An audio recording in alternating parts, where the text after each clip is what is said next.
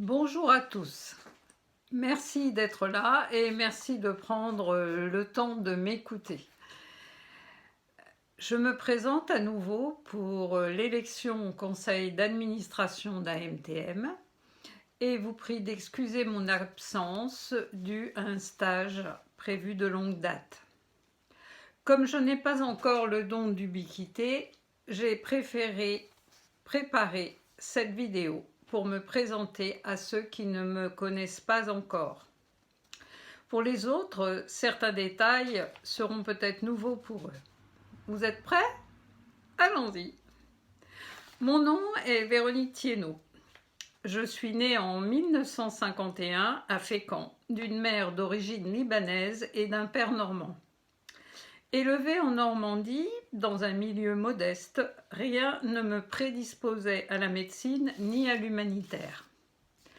J'ai fait mes études à Notre-Dame de Gravenchon, puis au lycée de Lillebonne, où j'ai passé mon bac en 1970, avec une règle à calcul d'ailleurs. Pour la suite, j'hésitais entre trois possibilités: architecture, psycho ou médecine. Ma mère, infirmière à l'époque, a nettement influencé mon choix pour la médecine. Étudiante à Rouen, grâce à une bourse, je me suis mariée en fin de première année, 15 jours avant mes 20 ans. J'ai eu ma fille aînée en troisième année et mon fils pendant le stage interné. En 1979, ma mère est décédée à 53 ans d'une auto-intoxication involontaire à la vitamine A. Cela a été un choc immense. J'ai remis tout en question. La vie, qu'est-ce qu'on fait là? Pourquoi on est là? À quoi ça sert? Après de très nombreuses lectures, j'ai fait le choix de la spiritualité et du développement personnel, ce qui m'a permis de continuer à vivre. En avril 1981, j'ai ouvert un cabinet libéral de médecins généralistes à Vernon, dans l'Eure, tout en continuant des formations post-universitaires, parce que c'est une de mes addictions avec la lecture. En octobre 1991, j'ai fait mon premier voyage au Népal avec des amis. C'était mon premier grand voyage à l'étranger. J'ai eu l'impression, en montant dans l'avion, de passer un sas, d'arriver dans un autre monde. Le choc a été très rude. La misère et le manque d'accès aux soins étaient flagrants. Ceci, combiné à une demande d'aide de réfugiés tibétains, nous a décidé, à quelques amis, à créer une ONG pour avoir les moyens de les aider. C'est ainsi qu'en février 1992 est né AMTM, Assistance médicale Toit du Monde, sous la présidence du docteur Yves Lomley et la vice-présidence de moi-même. Et ouais, je suis la vice-présidente fondatrice d'AMTN, une jeunette.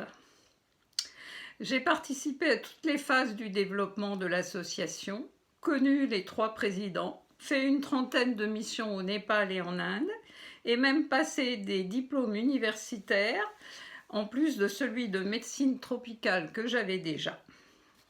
Les DU de santé publique et de santé et action humanitaire alliés à mon expérience sur le terrain m'ont valu d'être reconnu expert en médecine humanitaire par la Commission européenne. Au fil des années, j'ai été directrice médicale, puis à la suite d'un accident en 2009, j'ai pris un peu de recul en devenant directrice médicale adjointe grâce au docteur Christine Boissineau, qui a accepté d'échanger nos postes. J'en profite pour la remercier encore. J'ai presque toujours siégé au CA et suis également présidente honoraire, non pas honoraire, je ne sais jamais comment dire, présidente de substitution, dirons-nous, de la commission projet.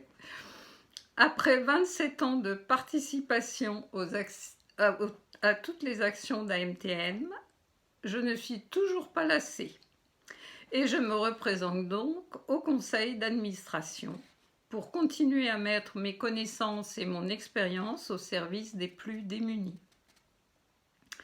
Je me réjouis de faire partie de cette belle aventure avec une présidente brillante et efficace, j'ai nommé Nathalie Geoffrey, et une équipe de salariés et de bénévoles formidables.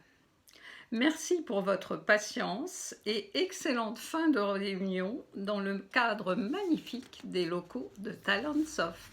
Merci à eux.